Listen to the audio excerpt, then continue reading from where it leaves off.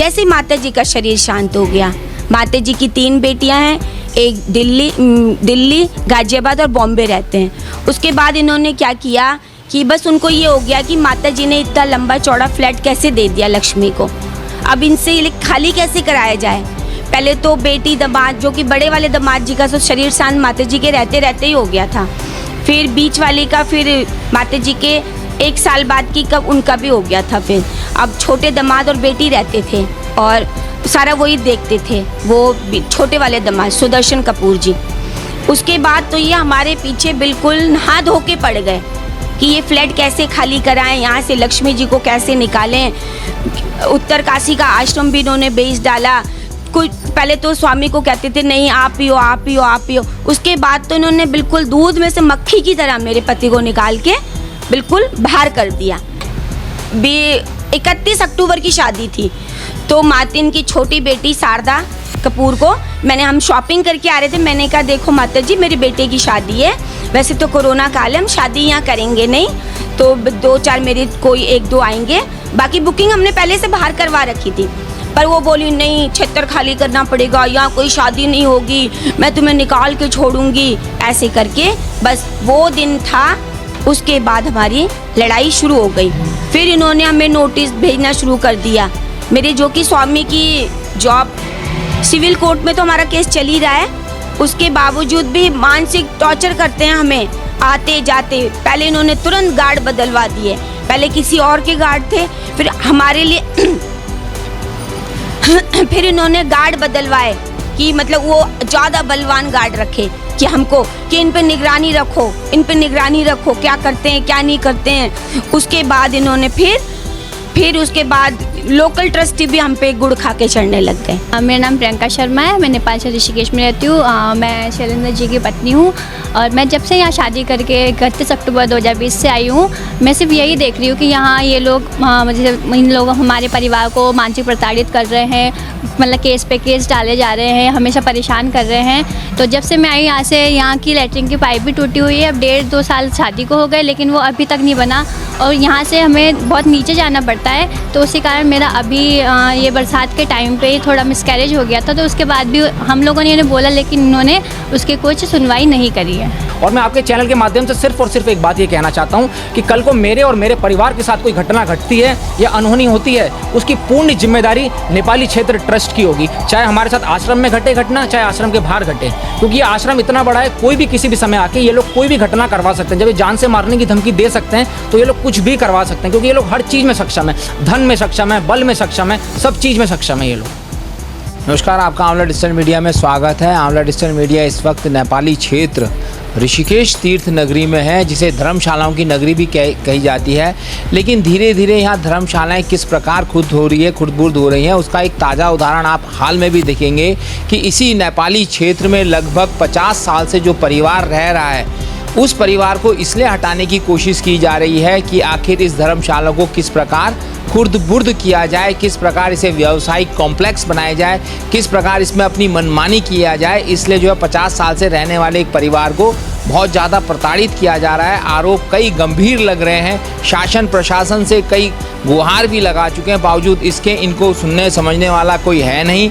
वर्तमान में न्यायालय में भी मामला चल रहा है, बावजूद उसके भी जो है इनकी कई समस्याओं का जो है समाधान नहीं हो पा रहा है। और सबसे पहली समस्या जो इनकी शौचालय की थी, जो अतिक्रमण के दायरे की वजह से टूट गई, बावजूद उसके इनको बाहर दूर जाना पड़ता है, वो समस्याएं इनकी सुधार नहीं पा रही है, क्योंकि वही इनको भगाने की जो प्रयास यहाँ पर किया जा रहा है, यहाँ पर जो ट्रस्टी बने हुए हैं, जो अपने आप को ट्रस्टी बनाने की कोशिश कर रहे हैं, किस प्रकार धर्मशालाओं को बेचने की कोशिश कर रहे हैं, ये भी यहाँ पर सुनने को मिल रहा है। मेरा नाम लक्ष्मी प्रसाद चौलागाई है और मैं सन 1980 से रह रहा हूँ।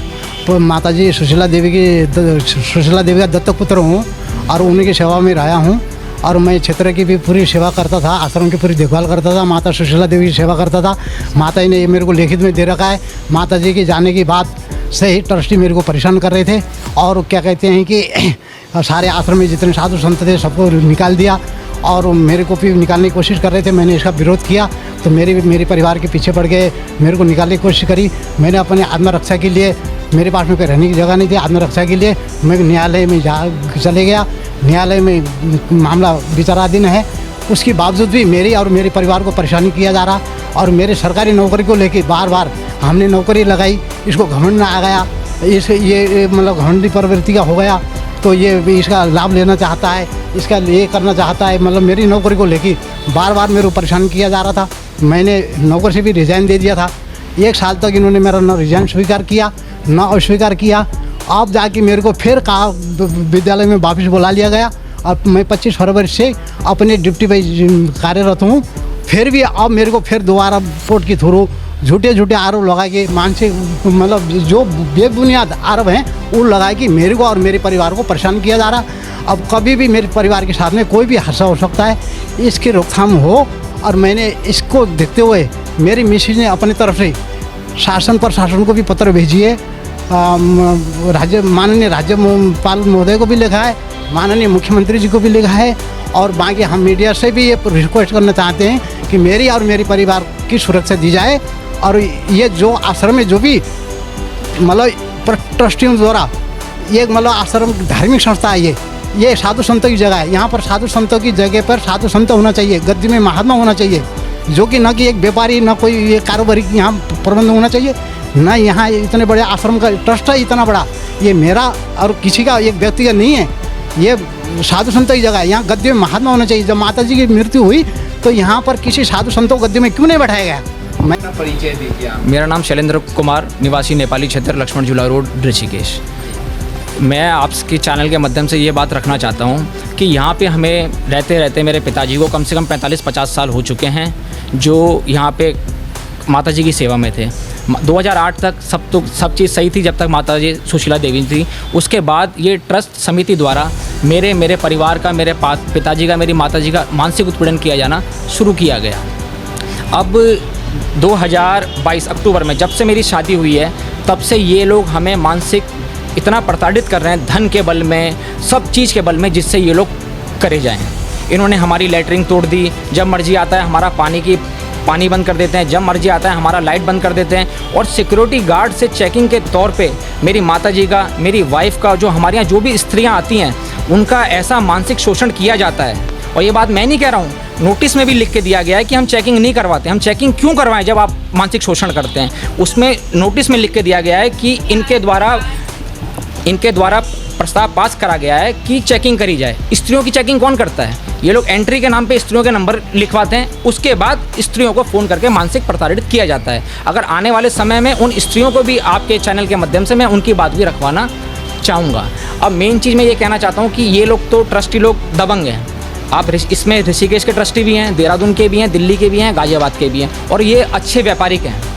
अब ललित कुमार डंग जी जो ऋषिकेश के बहुत प्रतिष्ठित व्यापारियों में से एक हैं, उनके द्वारा मेरी माताजी और मेरी वाइफ के साथ 10 जनवरी 2022 शाम को 5:20 में इतनी गंदी गाली गलौज, उनके साथ उनके सारे कर्मचारी थे, इतनी गंदी गाली गलौज करी गई। उसके बाद मारपीट को उतारू हो गए और कोर्ट में ये कहते हैं हम 70 साल के हैं। अगर आप उस वीडियो में देख के ये कहते हैं कि 70 साल का आदमी जब इतना आक्रोशित और आक्रामक हो सकता है तो वो कुछ भी कर सकता है, कुछ भी करवा सकता है, और उसके बावजूद हमें जान से मारने की धमकी दी जाती है। कहा जाता है कि आश्रम खाली कर दो, नहीं तो हम करवा सकते हैं। और आपको तो पता होगा ऋषिकेश, देहरादून में ऐसे बहुत सारे कांड हो चुके हैं जिसमें जो बेचारे रह रहे थे उनके साथ अनहोनी घटना घटी है। ये पहले भी कोई आश्रम था इनका जिसमें? हाँ, नहीं, इनके आश्रम उत्तरकाशी में भी था, वो तो इन्होंने बेच दिया। और उत्तराखंड में आश्रम बेचना अलाउड नहीं है। उत्तरकाशी का आश्रम इन लोगों ने हाई कोर्ट तक में गलत हलफनामा दे के बेचा गया है। जो यहाँ का एक छोटा सा कर्मचारी था इनका, जो हमसे कहता था कि मैं सेवक हूँ, अगर आप ऋषिकेश में सर्वे करेंगे तो वो अपने आप को सेवक बताता था, उसको उत्तरकाशी में सेक्रेटरी दिखा के उत्तरकाशी का आश्रम इन्होंने बेचा है। अगर कल को उसकी CBI जाँच बिठाई जाती है तो ये पूरी ट्रस्ट समिति दोषी पाई जाएगी। आप क्या चाहते हैं? हम ये चाहते हैं कि हम जैसे रह रहे हैं हमें शांति से रहने दिया जाए।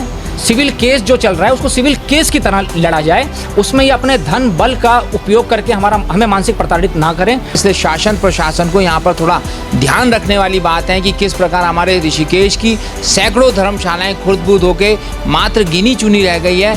उसमें से एक ये नेपाली क्षेत्र की धर्मशाला भी संकट में है, और हम आज परिवार वालों से उनकी दुख दर्द को सुनने आए थे, समझने आए थे, क्योंकि हम लोग क्षेत्रीय चैनल है। और आपसे भी निवेदन करते हैं कि कमेंट बॉक्स पे इस खबर पर अपनी राय ज़रूर रखिए।